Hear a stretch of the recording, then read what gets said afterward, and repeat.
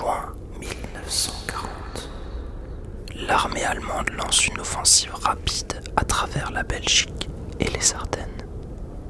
En quelques jours, les lignes françaises sont contournées. Le 10 juin, face à l'avancée fulgurante de la Wehrmacht, le gouvernement dirigé par Paul Reynaud décide d'abandonner la capitale française, déclarée ville ouverte, pour éviter sa destruction. Seulement 4 jours plus tard, les troupes allemandes entrent dans Paris, sans combat. La ville est presque déserte. Depuis plusieurs jours déjà, des centaines de milliers de civils ont fui sur les routes, mêlés aux colonnes de soldats en retraite. Dans les rues silencieuses, les drapeaux français disparaissent peu à peu, remplacés par des croix gammées.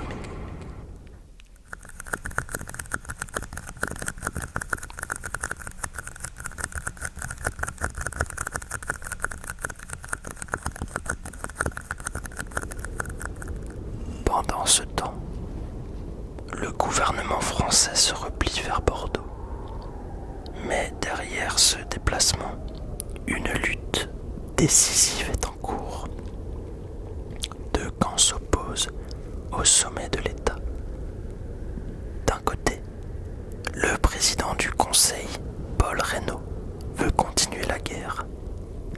Il envisage un repli en Afrique du Nord pour poursuivre le combat aux côtés du Royaume-Uni. Autour de lui, certains ministres défendent cette ligne. Refuser la défaite, coûte que coûte. Mais, en face, une autre vision s'impose progressivement. Le maréchal Pétain, vice-président du Conseil depuis quelques semaines, héros de la bataille de Verdun malgré lui, incarne une solution radicalement différente. Demander l'armistice. Pour lui, l'armée est détruite, le territoire est ouvert, et continuer la guerre ne ferait qu'aggraver le désastre. Dans la journée du 16 juin 1940, une dernière tentative émerge. Un projet d'union politique entre la France et le Royaume-Uni afin de poursuivre la guerre. L'initiative est portée par Winston Churchill et défendue côté français par Paul Reynaud, avec le soutien de quelques partisans de la résistance, dont Charles de Gaulle. Mais au sein du gouvernement, la proposition choque. Elle apparaît irréaliste. Et pour beaucoup, elle revient à diluer, voire abandonner la souveraineté française.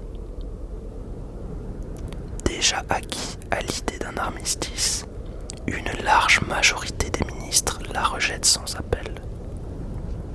Paul Reynaud ne parvient plus à imposer sa stratégie. Le jour même, il présente sa démission au président de la République, Albert Lebrun.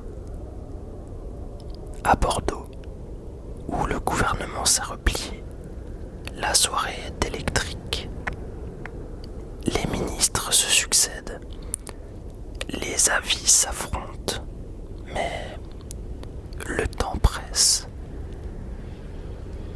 Face à l'effondrement militaire et à l'impasse politique, Albert Lebrun tranche. Il nomme officiellement Philippe Pétain président du Conseil. Ce dernier arrive au pouvoir avec une conviction déjà forgée. Il ne cherche ni à prolonger les combats, ni à gagner du temps.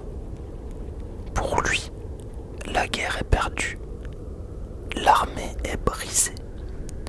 Alors, il faut cesser les combats. un effondrement total du pays.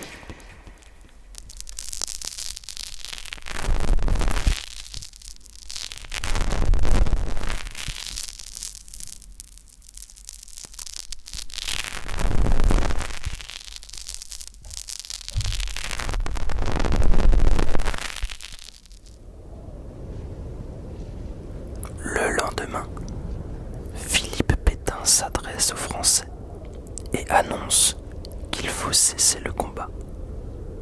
Sur le terrain, l'effet est direct. Les soldats comprennent que la ligne politique a changé. Certaines offensives sont abandonnées et dans plusieurs zones, les combats ralentissent nettement. Dès ce jour, le gouvernement engage des démarches pour demander un armistice à l'Allemagne. Mais le lendemain, une autre voix s'élève. Depuis Londres, Charles de Gaulle refuse la décision du gouvernement et s'adresse à son tour aux Français. Le 18 juin 1940, il lance un appel à poursuivre la lutte, affirmant que la guerre n'est pas perdue et que la France peut continuer le combat aux côtés de ses alliés. Dans son message, une phrase frappe particulièrement. La flamme de la résistance française ne doit pas s'éteindre et ne s'éteindra pas. Ce message passe presque inaperçu, mais il marque une rupture profonde. Pour la première fois, quelqu'un affirme publiquement que la défaite n'est pas une fatalité. Dans les jours qui suivent, Charles de Gaulle tente de rallier ceux qui refusent l'armistice. Quelques militaires, des ingénieurs, des volontaires commencent à le rejoindre. C'est le début d'un mouvement encore fragile, mais qui va progressivement s'organiser. Dans les jours qui suivent la défaite militaire française, le gouvernement de Philippe Pétain s'engage pleinement dans la voie de l'armistice. Les négociations avec l'Allemagne aboutissent rapidement. Le 22 juin 1940, l'armistice est signé dans la forêt de Compiègne, dans le même wagon que celui utilisé en 1918, lors de la défaite allemande. Un choix voulu par Adolf Hitler lui-même, comme une mise en scène de la revanche allemande. Cet armistice divise la France en deux grandes zones. Le nord et l'ouest passent sous occupation allemande, tandis que le sud reste officiellement sous autorité française. On l'appelle la zone libre. Dans la zone occupée, l'armée allemande s'installe durablement. Les premières contraintes apparaissent très vite. Réquisition, couvre-feu et contrôle. Au sud, le gouvernement dirigé par Philippe Pétain s'installe dans la ville de Vichy. Officiellement libre, cette zone est pourtant déjà profondément dépendante de l'Allemagne, notamment sur le plan économique et politique. Très vite, une question essentielle se pose.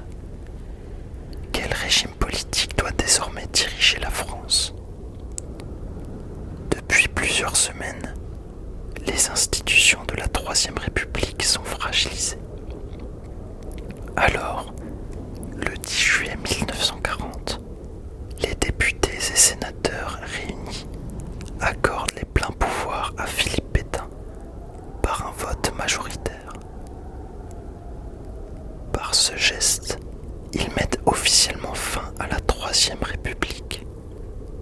Pétain concentre désormais entre ses mains l'essentiel du pouvoir exécutif et législatif. législatives. Législatives. La France n'est plus une démocratie parlementaire.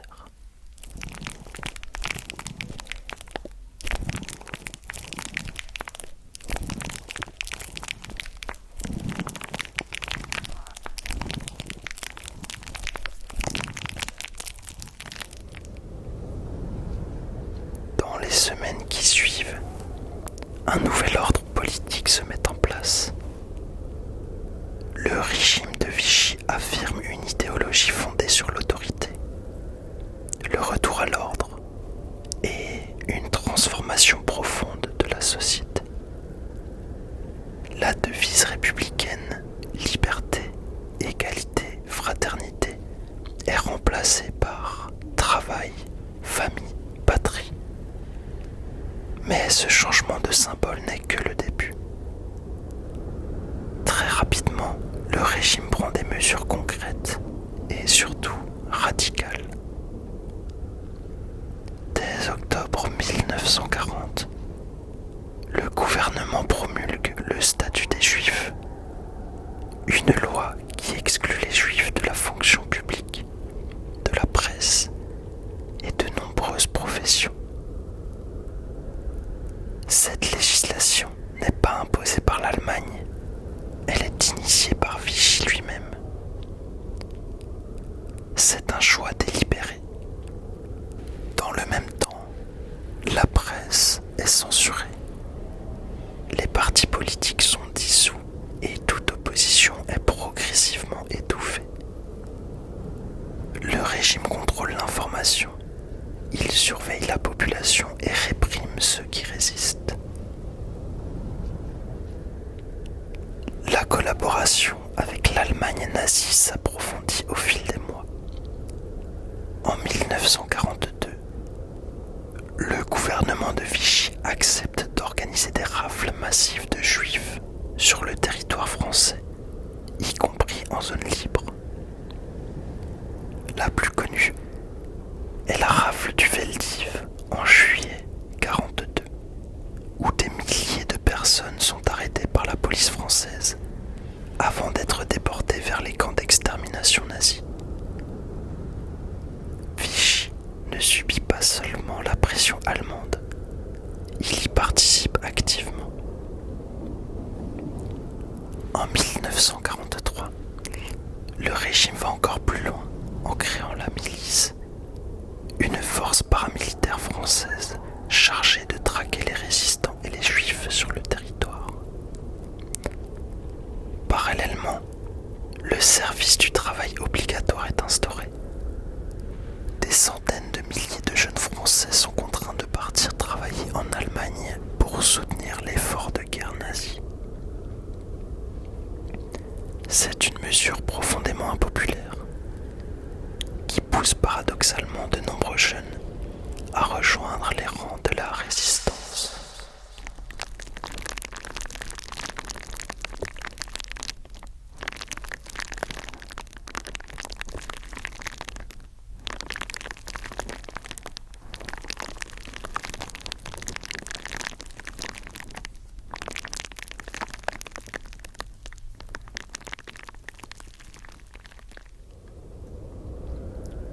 Pendant ce temps, à l'extérieur du territoire, le mouvement initié par Charles de Gaulle continue de se structurer. Depuis Londres, il ne se contente plus de lancer des appels. Il tente de bâtir une véritable organisation politique et militaire, capable d'incarner une autre France. Une France qui résiste, une France libre. Au départ, les moyens sont extrêmement limités. Quelques officiers, des volontaires isolés ou des soldats évacués depuis Dunkerque rejoignent les rangs des résistants. Mais progressivement, ce noyau va s'élargir. Des territoires de l'Empire colonial français choisissent de se rallier à la France libre, notamment en Afrique. Cela permet à Charles de Gaulle de disposer d'hommes, de ressources et d'une légitimité croissante.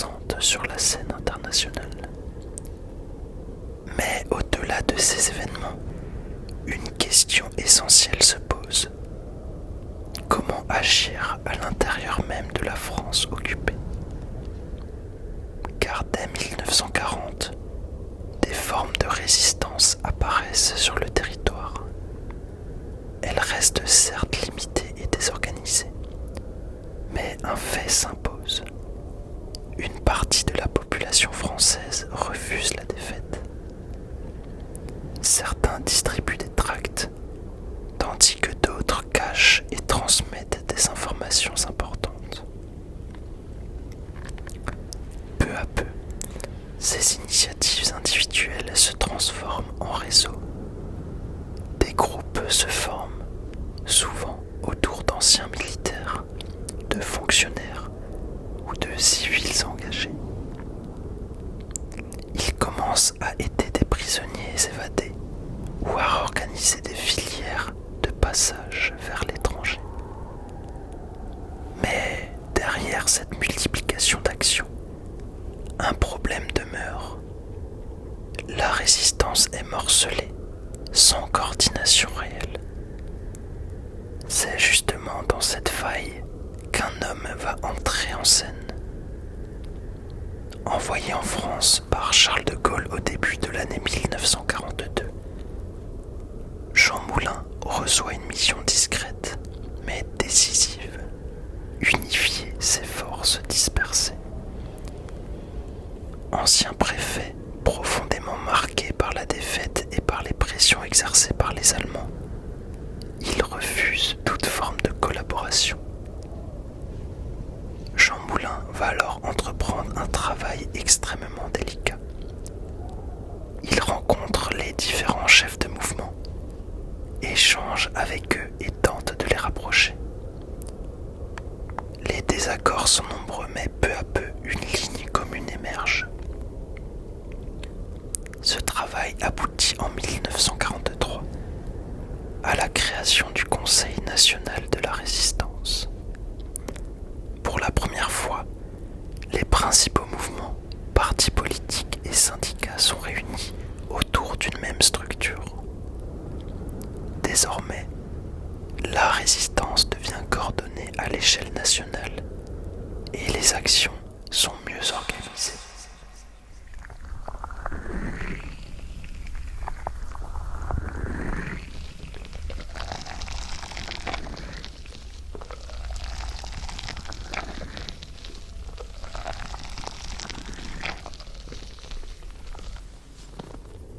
Mais cette organisation reste fragile et dangereuse.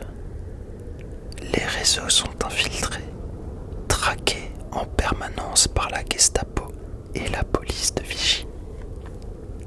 Les arrestations sont fréquentes et les filatures sont nombreuses.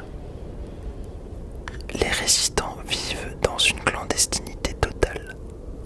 Fausses identités, rendez-vous secrets ou messages codés. Au printemps 1943, la pression s'intensifie encore. Les services allemands multiplient les opérations pour démanteler les réseaux. Parmi eux, la Gestapo, dirigée à Lyon par Klaus Barbie, particulièrement redoutée pour ses méthodes brutales et son efficacité. Le 21 juin 1943, lors d'une réunion clandestine à Caluire, près de Lyon, plusieurs responsables de la résistance sont arrêtés. Parmi eux, Jean Moulin. Les circonstances exactes de cette arrestation restent longtemps débattues, mais une chose est certaine, c'est un coup extrêmement dur porté à la résistance intérieure. Après son arrestation, Jean Moulin est interrogé par la Gestapo. Il subit des tortures particulièrement violentes. Les Allemands cherchent à obtenir des informations sur l'organisation des réseaux, les noms des responsables et les liens avec Londres. Malgré cela, Jean Moulin ne parle pas. Gravement blessé, il est emmené par les Allemands, mais il est trop affaibli et ne survit pas à son transfert vers l'Allemagne. les semaines et les mois qui suivent, d'autres responsables prennent le relais. Les actions de la résistance française ne sont pas vaines. Les sabotages, les filières et les informations transmises à Londres freinent concrètement la machine de guerre allemande sur le territoire français. Et ce n'est pas anodin, car au même moment, l'Allemagne souffre déjà sur d'autres fronts. À l'Est, depuis l'été 1942, elle s'engage dans une bataille qui bouleverse ses attentes, la bataille de Stalingrad. Dans cette vidéo qui s'affiche maintenant sur ton écran, je te raconte comment, pour la première fois, la machine de guerre allemande va ralentir. Si tu veux plus de contenu de ce genre, n'hésite pas à liker la vidéo, à la booster ou à me donner des critiques constructives en commentaire. Voilà, merci beaucoup pour ton soutien et j'espère à tout de suite.